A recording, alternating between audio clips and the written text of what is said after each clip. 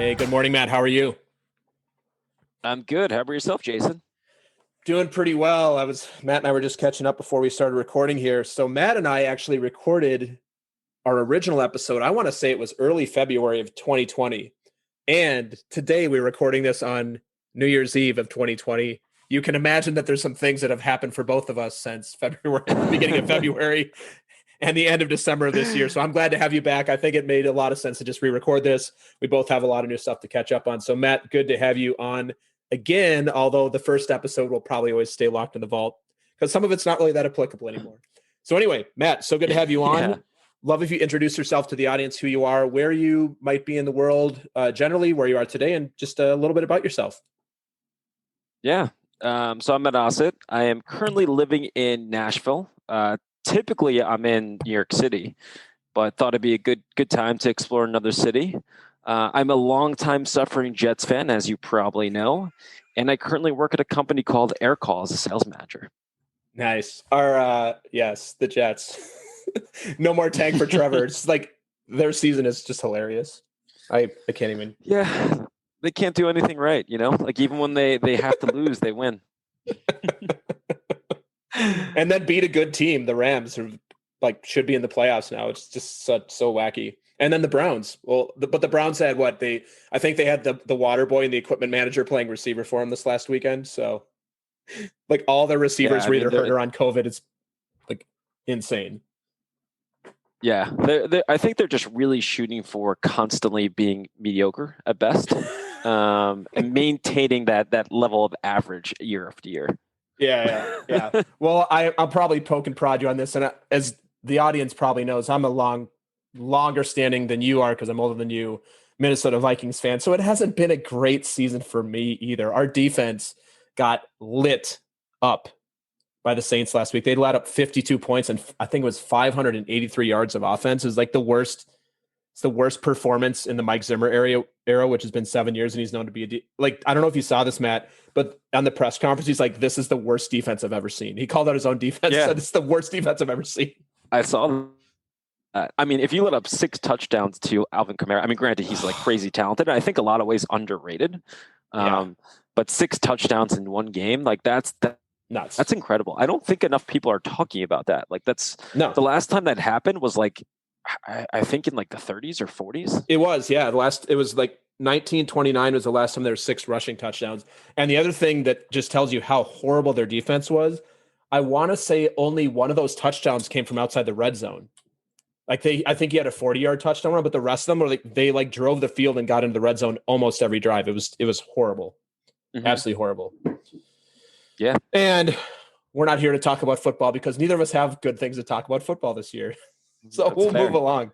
Yeah. All right, Matt. So let's get into it today. So we got a lot to talk about. So what's the first? The first question I have for you, Matt, is what is something that you nerd out about besides your long-suffering Jets? Something I really nerd out about is video games. It's kind of a place that I go to just to think about nothing, and decompress. And actually, something that I really recently began to nerd out about ever since like the pandemic was our baseball cards and football cards. Oh, cool. So yeah, that's something that kind of a new hobby that I've picked up over the past couple of months, and it's really a lot of fun. It really brings me back to like my childhood days, going to like a card shop and picking up like, really good packs. That's cool, man. So, man, the last time I collected sports cards was 80. I had the complete 87, 88, and 89 Topps baseball, like Major League Baseball cards. So is the way that you still do this, is it still going to the store and buying packs, or is there different ways to do this now that, we're 30 years ago now? Like, how do you go about doing this? Do you go and like buy cards you want online on eBay? Do you go and buy packs and hope to get stuff? Like, how does it all work? Yeah, it's really cool. I mean, you could always support like your local small businesses and going to card shop and getting packs and hobby boxes and things like that. But the latest craze that has really like swept the nation, so to speak, the past couple months there's these online breakers. So there's online breakers on like YouTube and like eBay and Twitch, for example, where you'll pay for like a bid or a spot into their break, and there'll be multiple people in the break as well, and they'll open up multiple packs and hobby boxes. And then, depending on what team you have, for example, they'll send you the cards. So it's actually really fun. Like a lot of these breakers have like amazing communities too. Yeah. So it's like, another way to socialize and get to know other people. And it's really great to like join these breaking community too, because you get so educated, which is like really important. That does sound cool. It sounds like a great way to build community during a pandemic. Mm-hmm. It's become a really popular way of people like, I guess like organizing, and a lot of people have become really successful creating these online breaking communities. That's super cool. I've never even heard of this. It's not something I pay attention to. What's your current prized possession card that you have? Ooh, that's tough. So let me guess. Is it your Jamal Adams Jets card? Yeah, because he's not even on the Jets anymore. Not even on the Jets anymore. The Adam Gase, Adam Gase coach card. I'm pretty sure that I would burn that. So I would say I have an autograph Gavin Lux and only 50 have been printed. Gavin Lux is like, a really hot young baseball players for the Dodgers. So whenever you get like an autograph card and it's like there haven't been too many printed, and it's in a major market, it's pretty valuable. Yeah, right. I also have a really cool rookie Tua card too, which I think that Tua is going to be a beast. Yeah. Yeah. What's the brand? Do you have a preferred brand of cards? I would say Topps or Panini. Those are the two best brands. Yeah, I'm trying to think. When I was growing up, I had Topps, and then there was Upper Deck, and I feel like there was a third, but I can't remember what it is. I don't remember Panini being a brand. There was a third brand, and I'm drawing a blank on it now. Yeah, I can't remember it, but that's cool, man. Like I had no idea that you did that, and I know nothing about that industry anymore. So that's. I mean, I see a lot of in Walmart and Target. There's always the one aisle that has all the cards, but I noticed also that half of the trading cards out there now have nothing to do with sports, like Magic cards or like characters and things like that. Like it's not all sports trading cards. There's all sorts of different ways you can trade cards. Is that? Seems like there's like Fortnite cards and Magic the Gathering and just like so many out there, and it's become such a popular hobby that honestly, if you go to your local Walmart or Target, they're most likely sold out of everything. Really? Oh my god, I didn't know that. Crazy. Yeah. Oh, that's interesting. Cool, man. Well, I'm trying to think what would be my if you find like a Justin Jefferson autograph card, let me know. I might buy it from you. We'll do. Cool. Awesome. So let's move on to your comfort zone. And I want to talk about or ask you about something that is inside of your comfort zone that is likely outside of somebody else's comfort zone, Matt. So what do you got for us? I would say having a conversation with almost anyone. Like I love that. I love hearing people's stories and just being generally curious. And just, like being able to speak to almost anyone, no matter what the situation is, what their background is, etc. It's just something I feel very comfortable with. Yeah, and that makes sense. Being that you're in sales, that's a good skill to have because you talk to a lot of people, and I know you also manage people, which I think we'll get into. So it's good to be able to have those diversity of skills. You mentioned almost anybody. Is there anybody that you are uncomfortable having a conversation with? Is there any type of person that either intimidates you or you don't like to interact with? No, I can't really say that that's the case. No, I can't really think of anyone really. Like, I really enjoy speaking to everyone for the most part. Yeah. So, gotcha. Even Patriots fans. It depends on the Patriot fan. That's true. As you know, I do have some friends that are Patriots fans, and they still remain friends, and we talk quite regularly. So yes, there you go. All right, so let's flip that question around now. So what's something that is outside of your comfort zone that might be inside of somebody else's? Yeah, so this has definitely been a challenge for me for the past couple months or so, because something that is really outside my comfort zone is being alone for excessive amount of time, which is just, So 2020 has been phenomenal for you. Yeah, exactly. 2020 has been ideal, as like most people. So, but yeah, I mean, being alone for excessive amount of time. I mean, I thrive and just build off of people's energy, like other Yeah. people. Yeah. Even just like being around other people, like I don't even need to talk to them. Like just being around other human beings, Yeah. you know, is really important to like my overall mental state of mind. So Yeah. it's definitely been a struggle. Just really just being alone for the most part. Well, you're not totally alone. That's true. I do have my wife. You do have your wife, and good thing, you got married in the later part of last year. It's a good thing you pulled the trigger when you did, because this could have been a very, very lonely year for you. So I think Yeah. I hope you congratulate her on, like against her best wishes, going ahead and marrying you anyway, which has saved you from a life of isolation and loneliness during the pandemic of 2020. Yeah, no, I cannot wait for things to get back to a bit normal, like most people. Yeah. So especially there's a bit of a light at the end of the tunnel with the vaccine, which is really cool. Yeah. Yeah. So yeah, no, I'd definitely being alone for excessive amount of time is not totally for me. So that's definitely something outside my comfort zone. Have you ever taken the official Myers-Briggs test from like the Myers-Briggs Institute? I have. What is your number for extroversion? I believe I was like 65 or 68% extrovert. Yeah. Yeah. I Yep. think my like character was like the consultant.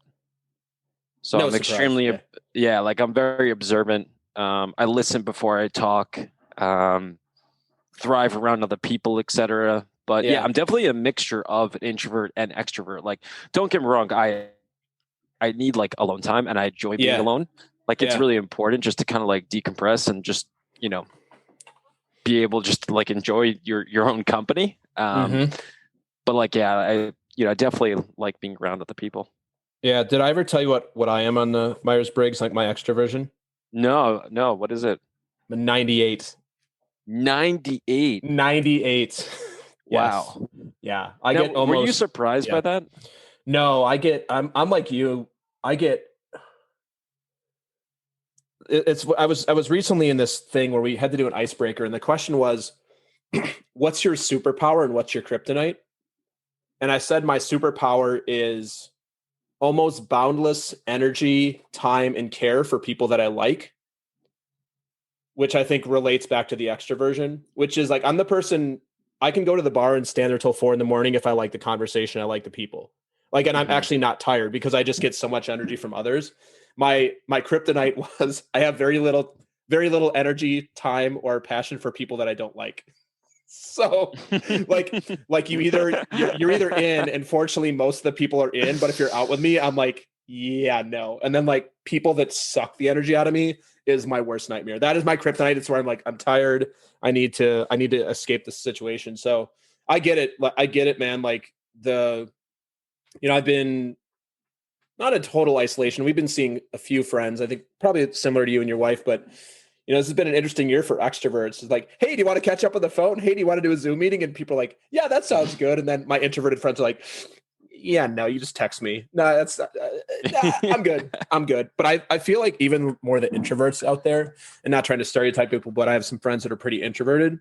Even they're like, I need some people. Like I need to hang out. Like this has been going on way too long. Yeah, for sure. Yeah. Yeah, I think I actually just pulled it up here. 76% extroverted, Yeah, it's pretty high. 60% intuitive. Yeah. All right. So let's talk about speaking and public speaking. You're a sales guy. I know you do a lot of presenting, speaking, rabble rouser, Jets fan, all that stuff. So if I give you 5 minutes, or if I gave you 5 minutes to deliver a speech to the entire world, what would you give your speech on and why? Yeah. I would give my speech on admitting when you're wrong and appreciating what you have. Those two things are I feel as if they're getting lost in society, to be honest. Yeah. Um, like I think that we have so many opportunities to, voice our opinion and make sure our voice is heard and give our perspective on things. But, we're not always right. Um, and admitting when you're wrong or when you failed is honestly when you learn the most in terms of life lessons and how you grow as a person. Mm-hmm. Um, and then on the flip side too, like appreciating what you have. Like this is kind of really like been my mindset my entire life, and these past couple months, like it's just glass half full. Yeah. Appreciating what you have and what you could potentially give to others. You do that, and then you just kind of go about each day and in a very positive mindset. Yeah. And it doesn't really give you the time to focus on the negativity as much. Yeah. That's a cool topic. Question for you, since you work in sales, you currently manage people. What do you do, or what have you done in your career when you're either working with or have people working for or working for somebody that doesn't have that same mindset? So there's a lot of, there's so in coaching we call this like a scarcity mindset versus an abundance mindset. I know for me, like I've definitely leaned more into a scarcity mindset most of my sales career because it's kind of pounded into you at an early sales age of there's never enough leads, never enough deals, quotas are big, etc. What like how do you reinforce that philosophy with people that work for you, people that you work alongside of, peers, cross-functional, or people that you report to that don't necessarily see the world in the same way you do? How do you Yeah. adapt to that? Yeah, no, it's definitely difficult, right? Like it's not something that you just switch on, right? It's something that Yeah. you have to learn over time. Um, and honestly, it's just a matter of just understanding that people have different perspectives and motivations. And I just ask them, like, what is it that motivates them? What are they shooting for? Like, what are their potential growth, a career growth they're looking for, et cetera. Um, and just like starting small, like, like Hmm. it's not like an easy mindset to have, but like just starting small, focusing on what you have, trying to surround them with other people with maybe an abundance mindset, creating like winning situations and encouragement, and celebrating everything from small to big wins. And yeah, just eventually, like over time, like teaching them around like gratitude, and Yeah, what that's you're awesome. fortunate happening. But like I said, it's really, really hard mindset to like really train your mind and Yeah. recognize. Oh yeah. It's just a matter of starting small, just like focusing on something little. Yeah. What you remind me of something really funny and interesting in coaching. One of the like in coaching, or I think in management, like it's coaching, management, leadership, the the need to be right about something is so powerful. And I know it's so for me, not that Kirsten's going to listen to this, but if she was, she would probably say that I like to be right. And Yeah, I most of the have, time she's right, by the way. and most of the time she's right, but Yeah. just don't make sure she doesn't listen to this. But Yeah.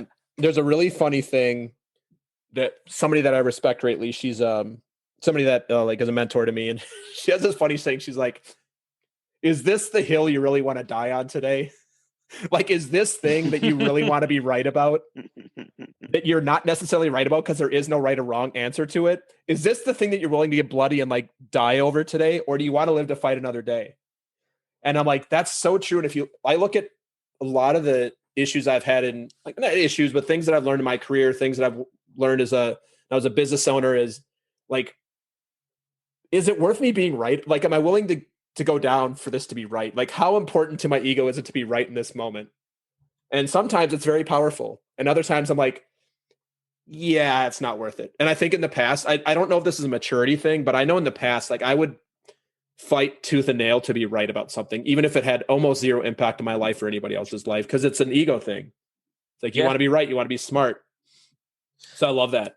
I love that, and I think that's a really cool thing that you bring as a manager is the ability to be open and flexible and say like, hey, maybe not like, hey, I was wrong, but like, hey, there's another option here. Because I know for me in my career, I've worked for quite a few people where that was not really their philosophy, and it's really hard when you're a smart, intelligent person to work for a manager who like doesn't give you that give you the openness to like actually have discussions and see things from a different perspective. Totally. No one's always right. So, Yeah. so the quicker you're able to admit when you're wrong, and also, like you said, like pick your battles, whether it's relationships or your job or whatever, like the more you're able to focus on, moving forward. Yeah. That's cool, man. Yeah. That's cool. Yeah. All right. Well, awesome convo so far, my friend. We're going to take a really brief break and we'll be back after this commercial. The Talking to Cool People podcast is brought to you by Jason Frizzell Coaching. Jason works with amazing people who are looking to find and develop their passion and purpose and create their journey to wherever it is they want to go. Check us out at jasonfrizzell.com, Facebook, or on Instagram. Jason loves hearing from anyone who thinks it would be cool to connect, to be coached, or to be a guest on our show. Email him at podcast@jasonfrizzell.com or DM him on Facebook and Instagram. And now, back to some more amazing conversation on Talking to Cool People. All right, Maddie, we are back. You still up for some more questions, or am I too right for you at this point? Still have some more questions, Right. Let's just keep talking about being right and how Kirsten is always right. So. Yeah, well, Kirsten's always right, and also how these questions are the right questions to ask you. Yeah, it's actually funny that you said that. Something that I just want to put this in here before we move to the next question. One of the things in coaching you look at is the context. Coaching, leadership management, the context that the person you're speaking to or the people you're speaking to sees the world through. And one of the main contexts that most humans see the world through is right and wrong. And so through that lens, it's hard to see outside of that. So for example, let's not get into politics too much, but if you have somebody who believes that a certain politician is wrong, there's almost nothing you can do to convince that person otherwise. Or like there's almost no amount of data or anything that person can do to have them see it in a different perspective. Alternatively, let's take another politician that you believe to be right about something. It's almost impossible for you to see that to what they say is wrong. It has to be like a pretty egregious thing for them to do that. And so the idea in coaching is like, we're having a conversation, and I think you probably do this as a manager too. You're having a conversation and you're sensing that the person is in a right, wrong context. What about what's outside of that? What if there was no right or wrong answer to this? What if there was no right way to make cold calls? What if there was no wrong way to do a qualification call and you had people create that in the way that you wanted? And of course, you're going to have systems and procedures, but then there's the art of sales. So I'm relating it back to sales now. What if there's no right way to sell? What if there's no wrong way to sell? And instead you did what was authentic to you that worked? What would be possible from there? And that's some of the cool things that what I'm picking up from you is, as a manager, you're open to those conversations as opposed to this is the way to do it. And what I'm hearing is managing versus leading. And managing is, exactly. Hey, here's how I did it. When I was doing this job, here's how I did it, versus, hey, like, what do you see, Matt? Like, what do you think would be most effective? Come find me if you need me. So that's super cool. 100%. I mean, like some of the core to coaching is awareness and responsibility, especially responsibility too. Like it's a pretty core principle when you're coaching and leading someone is really just taking ownership of decisions that you're making. And, everything that you do is for the betterment of other people and your team, and has nothing to do with your own ego or your own agenda, et cetera. Like it's all about them. Yeah.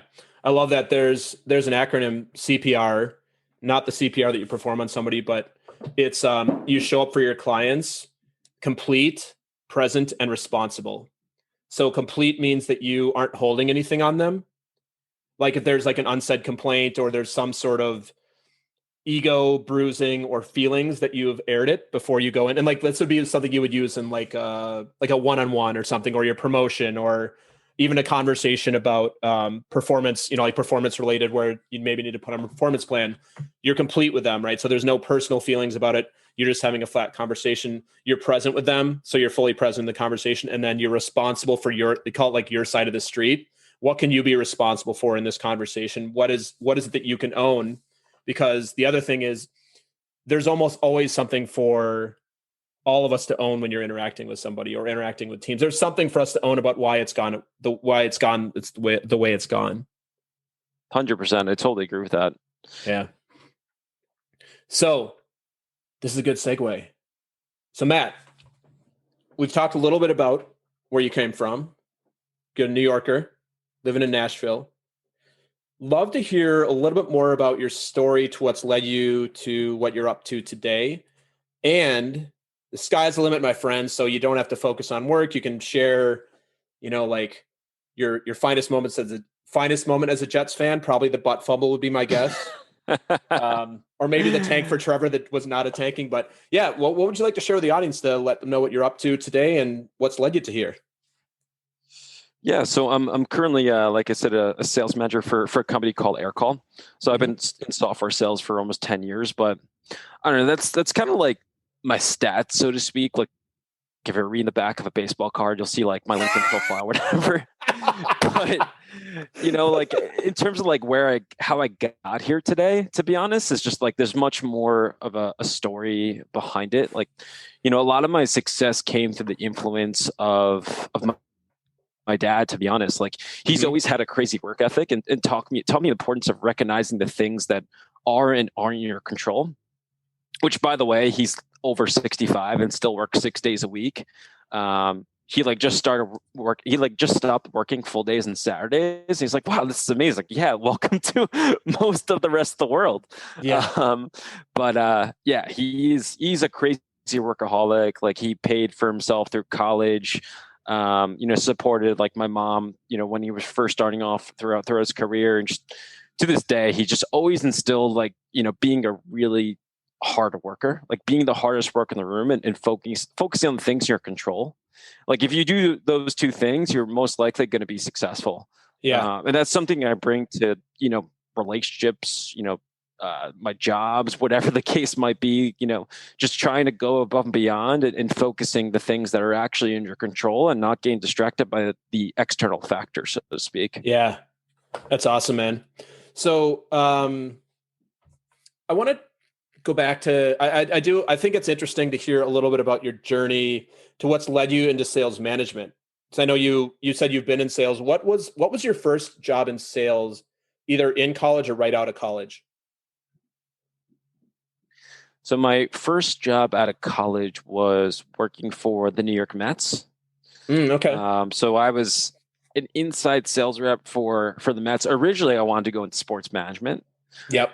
So I had like an internship at the Tennis Hall of Fame, which was, That's kind of awesome. like a dream for me because That's so cool. I've always loved playing tennis. I won a couple of state championships in high school. Got to work with some pretty incredible people and helped run a professional tournament and got to meet like people like John Isner and Nicholas Mahmood and Nice. Andre Agassi, because I was helping with the Hall of Fame induction of Andre Agassi. So it was really cool. That's awesome. So that's kind of like where I thought I was going to go in my career. And then I got a job at the Mets. And I did that for about a year and a half, which taught me just like the grind that is sales, because you're making 100 cold calls a day, doing full sales cycle. And when, if you're able to sell the Mets, you're able to sell anything, especially at that time, like when they were rebuilding. Yeah. So, I had some like really great managers at the time that just laid the groundwork in terms of what it means to sell, and how to like interact with other people. Shortly after that, I was like, like this really isn't for me. I still wasn't sure if I wanted to stay in sales or go into marketing or media or whatever the case might be. But I eventually found this SDR job, which I didn't even know what an SDR even was. This is kind of when it was just kind of like new in terms of the tech sales career. At Handshake. And I was like, I love building. I would love to be part of something and join a company early stage. And I fortunately got the opportunity to do that. And the way I got hired, honestly, was the VP of sales, Brandon Gracie. It was toward the end of the interview process. And he was like, why should I hire you? And I told him, hey, look, like if I could sell the Mets, I could sell anything. He must have loved that. He loved that, like he told me like a couple months later when I first started the job, he was like, that's why I hired you. Yeah, it was just totally. like, it was just very transparent and honest, and he understand like how he understood like how much of a grind it was in terms of the job itself. I think he just saw a lot of potential in me. Yeah, and the rest is history. The rest is history. If you can sell the Mets, you can sell the Jets. Man, Jets and Mets. It's interesting. Mm-hmm. Ooh, awesome, dude. Love to talk a little bit, if you'd be up for it, about your wife and how you two met. And then, like I mentioned, you were recently married. I'd love to just spend a couple minutes on that if you'd be down to share that with us. Yeah, be happy to. So we actually met on a trip to Israel, called Birthright. So it was my cousin and I. We were like, "Hey, we can't pass up on a free trip to Israel. Like, no, how are we going to do that? Like that's just there's no way." And like there's like a cap, and if you reach a certain age, then like you kind of miss the cutoff. Yeah, and we're just like, all right, we got to like lock this down. Like, like it's probably an incredible time. And like I said, like it's a free 10-day trip to Israel, which is like an absolutely beautiful country. Like, really great food, beautiful wineries, and a lot of obviously history, of course. But anyway, so we both of us like took this trip. I met my wife there. He met his wife there on the same trip. That's awesome. I didn't know that. It's so cool.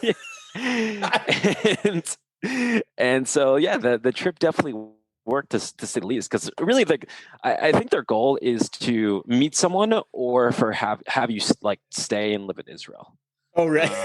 That's the hidden agenda. Yeah, that's the hidden agenda. That really they're like, that's great. They're like, we want your talent here, or we want you to meet a nice young lady or a nice young man. Right. And keep the lineage going. That's amazing. I love that. That's awesome. But it was incredible though. Like, I'm not a super religious person. Like, I would say I'm more spiritual than anything. Yeah. But it just really like connected me to my roots. Like I understood things that I never could about my history. Yeah. I was in Israel 2 years ago, and it's a phenomenal time. What a great country. Yeah. I don't know if, like, did you go to Masada? Yeah. Even like that still stands, and it was there 2,000 years ago, and hearing the story of how the Romans end up finally taking it, the whole country is just so fascinating, because being born and raised American, you're like, oh, our long history from 1776. And they're like, yeah, this fort was built like around the birth of Christ. So like, around 2020 years ago. Like, that's insane. And there's still like the old Jerusalem. There's things there that are like a couple thousand years old. And you're just like, us Americans are so like, yes, it's the Liberty Bell. It's so old. You're like, not really, not in the grand scheme of world history. We're tiny portion of the history of this world. 100%. But yeah, we met there. We met on like, while we were in the trip together, and it was kind of, like ever since then, like we just kind of hit it off. And the rest is history. Yeah. Do you remember the first thing you said to her? No idea. Hopefully it was hi or something like, hi, I'm Matt, something like that. Yeah, it was probably something like that. You're like, hey, come on. You're like, I be like, so you come on a Birthright trip often? Yeah, you come to Jerusalem often. Yeah, Jerusalem often. Hey, like, good to see you. That's awesome, man. Cool. Well, thanks for sharing that. And I'm going to move on now, Matt, and I'm going to give you the podcast hosting rights for just a little bit. And this is your chance. I call this I renamed this my Aja time on the podcast. I call it the Ask Jason Anything, not an AMA, because I just did an AMA.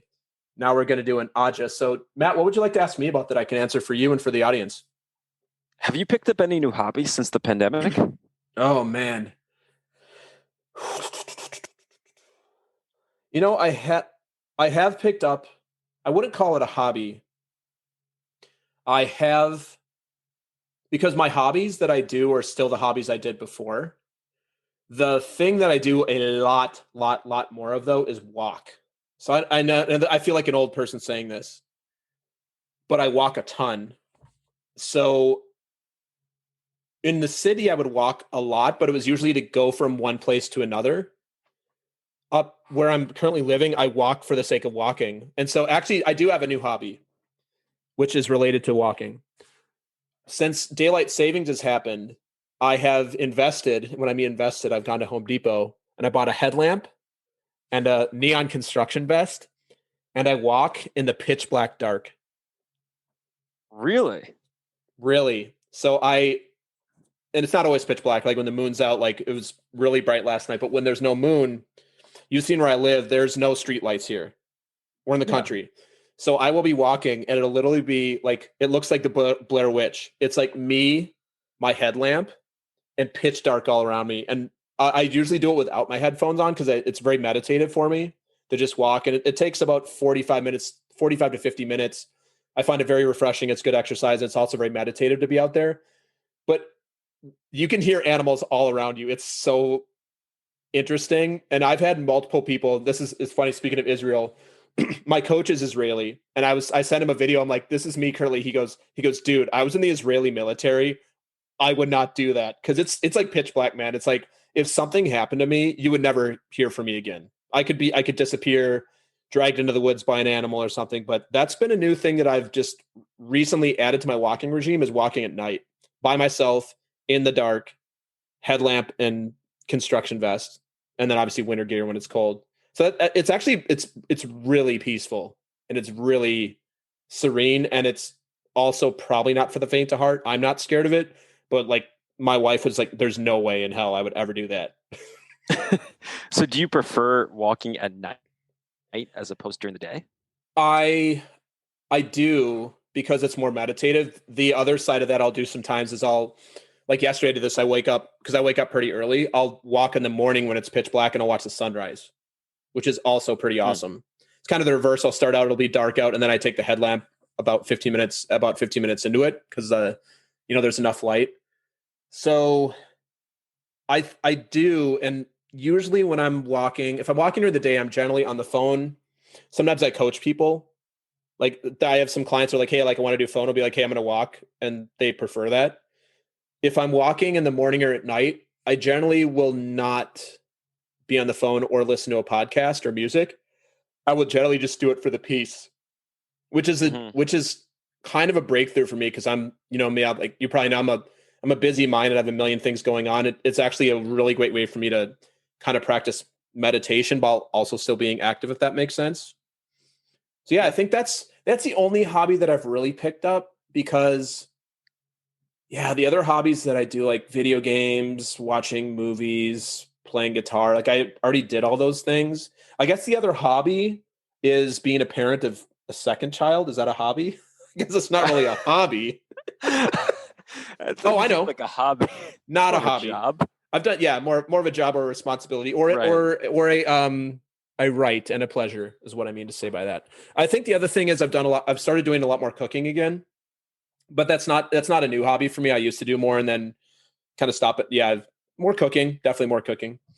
And that's what I got. So the answer is kind of no outside of old man walking. But when I say old man, I want to humble brag for a minute. Actually, I'm just going to brag for a minute. This is a walk that's pretty hilly, and I now do it in under 15 minutes a mile. Like I crush it. Like my heart rate is up because I hate running, but I love walking. So I walk it fast. Yeah. That's awesome. Yeah. So night walking, new hobby of the pandemic. So for those listening, if this is the last episode you ever hear, be looking in the news for somebody who disappears in Sullivan County in the middle of the night, never to be seen again, abducted by UFO, dragged by a bear, serial killer. Who knows? Because who knows? Yeah. Maybe just bring like a hunting knife with you in these night walks, just in case. Yeah. Hunting. Yeah. At least a hunting knife, maybe like a spear or something. But I feel like if somebody saw me out there with any sort of weapon and they knew it, it would be more scary. Be like, wait, there's a dude walking around at night with a headlamp on and a knife in his belt. That seems strange. And like a reflector vest. Reflector vest, yeah. It is. It's pretty. Kirsten loves it. Well, thank you for the question. That is a good one that I've not been asked recently or at all, I don't think. So thank you, Matt. All right, so I'm going to take it back to you. I'm going to ask you about the thing that I'm going to ask you because I was about to make a statement. So Matt, what's the thing that you are most proud of? Most proud of? I think something, I would say like all the people that I've stayed in touch with from previous jobs and just previous interactions. Obviously networking is really important, but what most people don't tell you is not that you should network with everyone, but you really should pick the people that you really want to stay in touch with as far as your network goes. Like, who are the people that really impress you and actually like care about you, and are like, because it's a lot of effort to stay in touch in terms of like maintaining relationships, and especially with people you really don't see that often. So there's energy that goes behind it, right? Like, like the people that I've met, and these are people that were actually at my wedding. Like I had people at my wedding from every single job that I've been part of, which is honestly something that I'm very, very proud of. Just, finding a handful of people at every company that I really admire or, care about or respect or whatever the case might be, staying in touch with them. It's just something I'm very proud of. Yeah. Do you have any tips for the audience on how to stay in touch with people without making it feel overwhelming? Yeah, I mean, find mutual ground. It doesn't necessarily always have to be like in a networking setting. For example, like I actually play video games with old coworkers. Sure. Like yourself and other people from previous companies. And just simple things like, being able to FaceTime or like a text message group or, just checking in too. Like, I think one of the most important thing about networking is making sure that you're not networking just to get something out of it. It should be like a mutual thing, and it shouldn't just be about your professional life. Like, you should be just like another human being. Like another human being for them and a friend essentially. Like that's the best way to build a network, is not just like asking, but also returning and giving and just being a person. Yeah. I'm glad you brought this up. Are you on Lunch Club by any chance? Do you know what Lunch Club is? No, I mean, I'm part of like a different lunch club, but what's Lunch Club? So Lunch Club is an actual service, and it's a virtual networking where you get paired up with people one-on-one. I think you would really, really enjoy it. I signed up in August. It's free, and it's a really great service. So if you want an invite, I'll send you one. But what you do is you go in and you create your profile and you say, hey, here's who I'm looking to meet. So for me, I'm looking to meet co-founders, looking to meet people for business development, and looking to meet interesting people. And then I don't know if it's human interaction or artificial intelligence. Like, let's say they match you and I up. It'll be like, hey, Matt, this is Jason. Jason, this is Matt. We'll each have our profile there. So it's kind of like a dating thing, but it'll be like, hey, your Lunch Club meeting is Monday at 5 p.m. And so you actually they have slots throughout the week. You put in the slots you're available. So I try and do 2 a week. I'll tell you, Matt, I think you would love it because you like networking and you like people.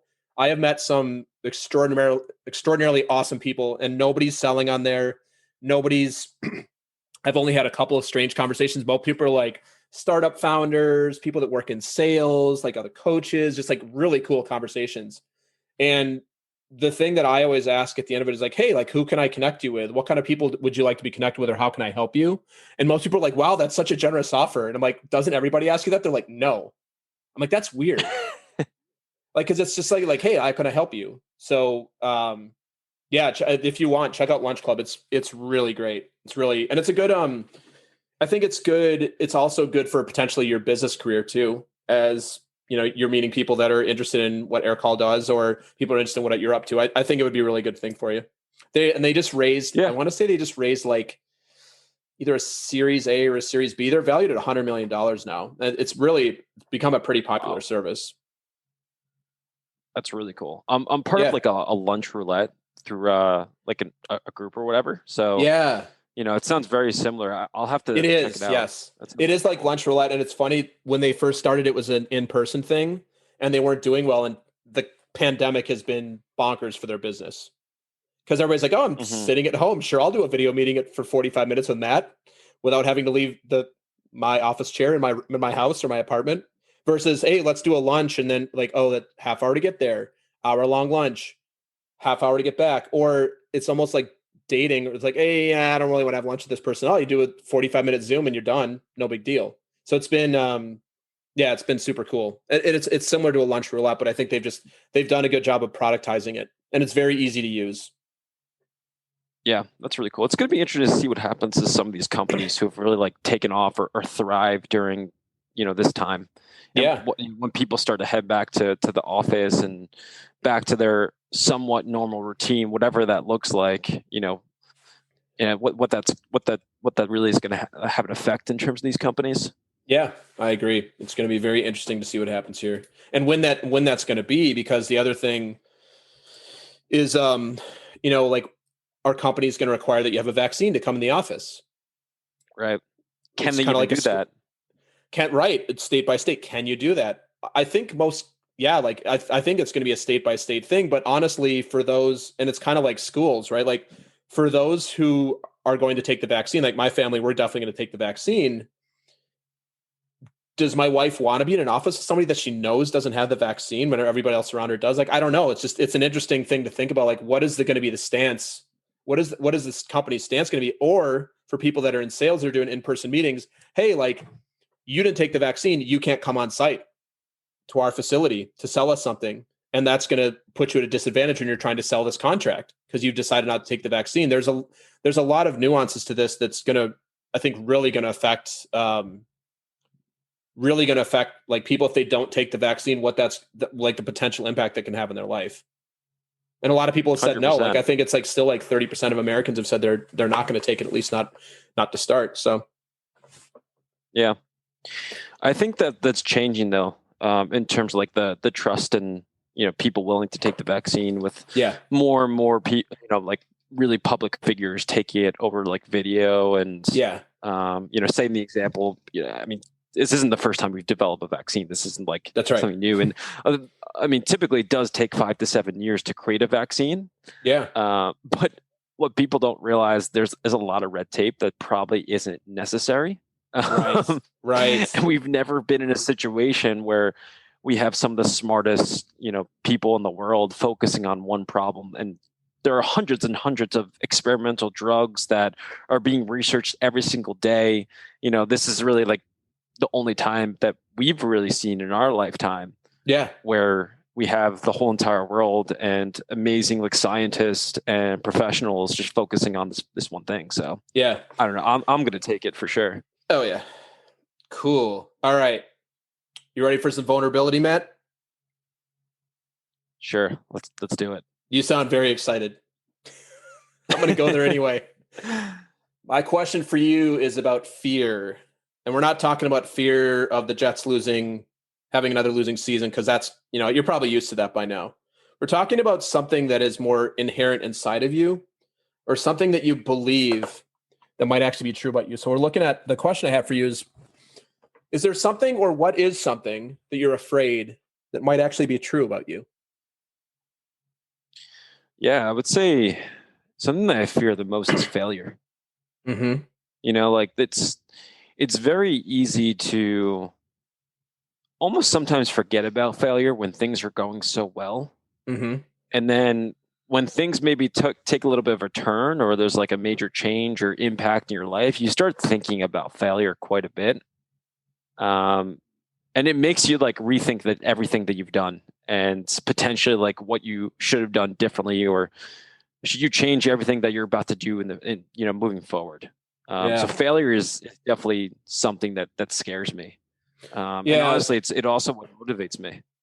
Yeah. Do you find as you've matured that your ability to be with what maybe earlier in your life you would consider like quote unquote a failure, you now see more as something that's maybe I'm speaking from my own experience. I'm curious if this is how it's gone for you. Is I see now it more of like, I'm also don't like failure. I don't know any people who like failure. I'm scared of it, but also like, hey, like what do I learn from this? And is it really a failure, or is there something else to take a look at?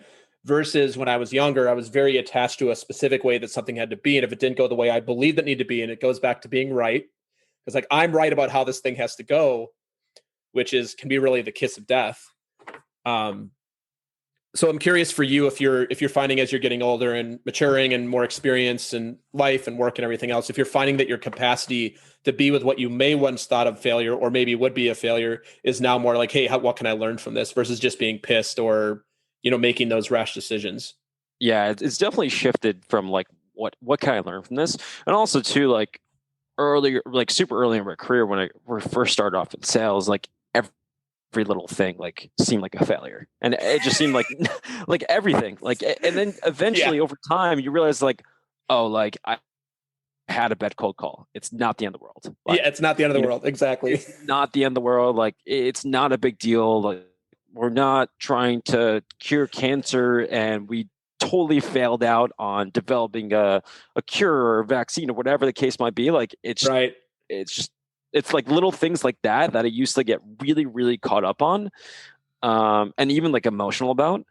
Yeah. And then over time, I realized it's just like, it's like I said, it's not the end of the world. Like it is what it is. Like you just kind of move on to the next task at hand. And, I would say like, over my career, I learned to focus more on the big picture failures, so to speak, and how I can learn from that.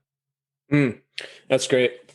Right. So we're getting near the end here. I want to ask you about your philosophy on life. And you mentioned this earlier. I wonder if you just give us a little more about how you see the world. So this is like, how does Matt Osit see the world when he wakes up in the morning on most days? Obviously, some days are better than others. Hopefully most days are good for you. What's your general philosophy on life that you expand upon what you gave us a little bit earlier about positive and glass half full? Yeah, I mean, it really comes back to those two things: just appreciating all that you have and viewing things as glass half full. Like especially now too, like having a good mental state of mind and focusing your mental health is obviously harder than ever before. But I mean, positivity is just so important. Like just viewing things as what are the things that you appreciate that you have that maybe other people don't have. Which, in a sense, that's comparing yourself to others, which could be, a negative viewpoint. But to me, like it's a positive viewpoint. And, if you focus on the things that you have that maybe others don't have, it makes you appreciate every single day and everything that you do have. And two, it makes you think about how can I help other people because I have XYZ things. Giving mindset. I love that. That's awesome, man. Yep. That's awesome. All right. So is there anything else that's come up through our conversation today, either that I said, that you said, anything you want to come back on that you'd like to share with the audience at this point? No, I can't really think of anything. I really, really enjoyed the conversation so far, especially about your creepy night walking hobby. The audience is picturing me now like stalker in the woods with a knife or something. I don't have a knife. Maybe I should get a pot and a pan though to bang. They're supposed to you should. Yeah. No, especially because your community requires 10 acres in between each house. So yes, exactly. Pretty rural. You're definitely in the country. Pretty rural. What about, would you like to share with us, what do you see as the biggest need for the Jets in the draft next year? I believe they're currently slated for the second pick or the third pick. Is that right? They are locked into that second pick. They're locked in. Okay. Yeah. And I think Miami has a third pick because they got it from the Texans or something. So like Miami's going to maybe make the playoffs and also have if it's not the third pick, they're in the top 5. I'm almost positive. Yeah, Miami's really good. They're gonna be really good. The AFC is just gonna be really competitive next year. Yeah. So what do you? Where do you want to see the Jets invest the number 2 pick into, since they won't be getting Trevor at this point? Yeah, I've been going back and forth. I would like to see them draft either Zach Wilson or maybe like an offensive tackle. Yeah. Who's Zach Wilson? He is the starting quarterback for BYU. Right. Oh, he's the number 2. Right. He's after Trevor. Yep. He's the number 2. Yep, that's right. So you're not a Darnold fan. I don't know. Like I could also like, if they drafted a tackle and a running back and a couple of DBs and build around Darnold, I'd also be a fan of that as well. Like I don't think he was ever really set up for success. Totally. Like the game against against the Browns, seeing Baker Mayfield struggle and the offense super inconsistent because he's missing his 4 wide receivers and his offensive line was injured. It's like, that's just been Darnold's career. Like right. They never really brought in pieces to help him. Yeah. And really there are really only like 1 or 2 quarterbacks in the NFL that could truly carry a team, Yeah. Otherwise, like you really have to build around quarterbacks. Yeah, I agree. And they just like never really do that. I think that Darnold still is really, really talented. Mm-hmm.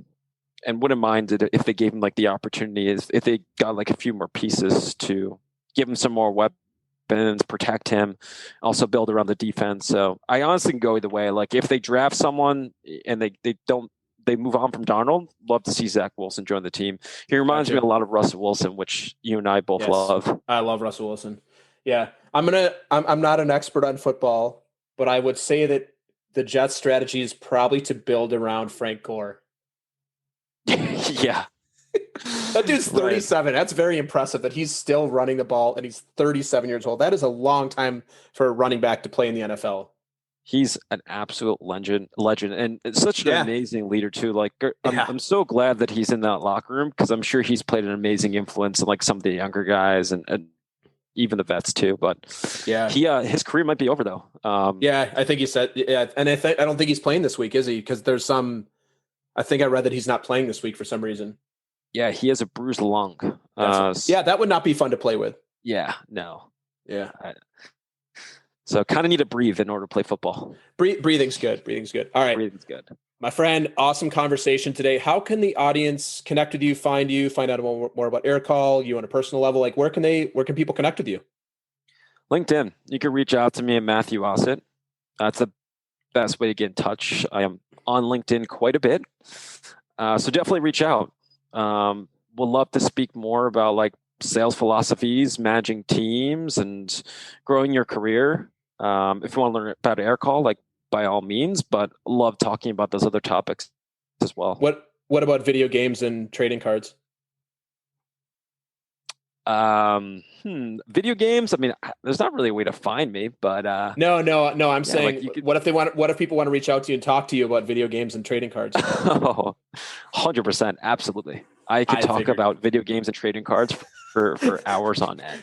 You're like, hey, you want to learn more about trading cards, you could look up Gary Vee. He does like this amazing 1.5 hour long introductory video on educating yourself. Like you probably want to educate yourself around 20 hours before you start investing in trading cards because there's a lot of complexity and nuances behind it. Mm-hmm.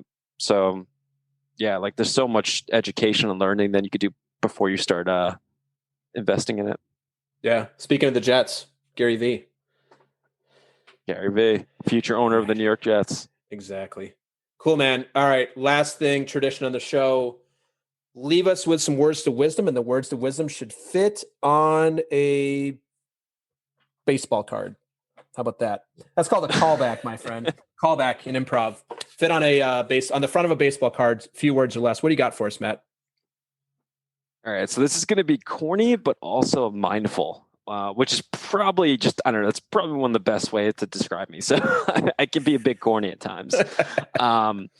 It's this quote from Buddha that I absolutely love and I think about like all the time. It's what you think you become, what you feel you attract, and what you imagine you create. That's awesome. So it's all about like self-fulfilling prophecies and being in the right mindset every single day. Yeah. I've told you that you have some good dad jokes for not being a dad yet, but that was not corny. Yeah. I'm going to take, that was not corny, Matt. That was awesome. I love that. All right, good. Well, yeah, I mean, if you're ever wondering what my life is going to be like in 10 years, it's going to be Phil Dunphy from Modern Family. Phil That's Dunphy. basically me. That's awesome. Dunphy, Your kids will be very fortunate. Oh, 100%. Ganging up on mom, like just being a child. Yeah. That's definitely my future. Awesome, dude. Well, it is so good to have you on today. Happy New Year, December 31st, 2020. Can you believe we're putting a stake in this year in less than 12 hours? We're wrapping this up. It's about 12:20 p.m. Eastern. I can't believe that this year is almost done.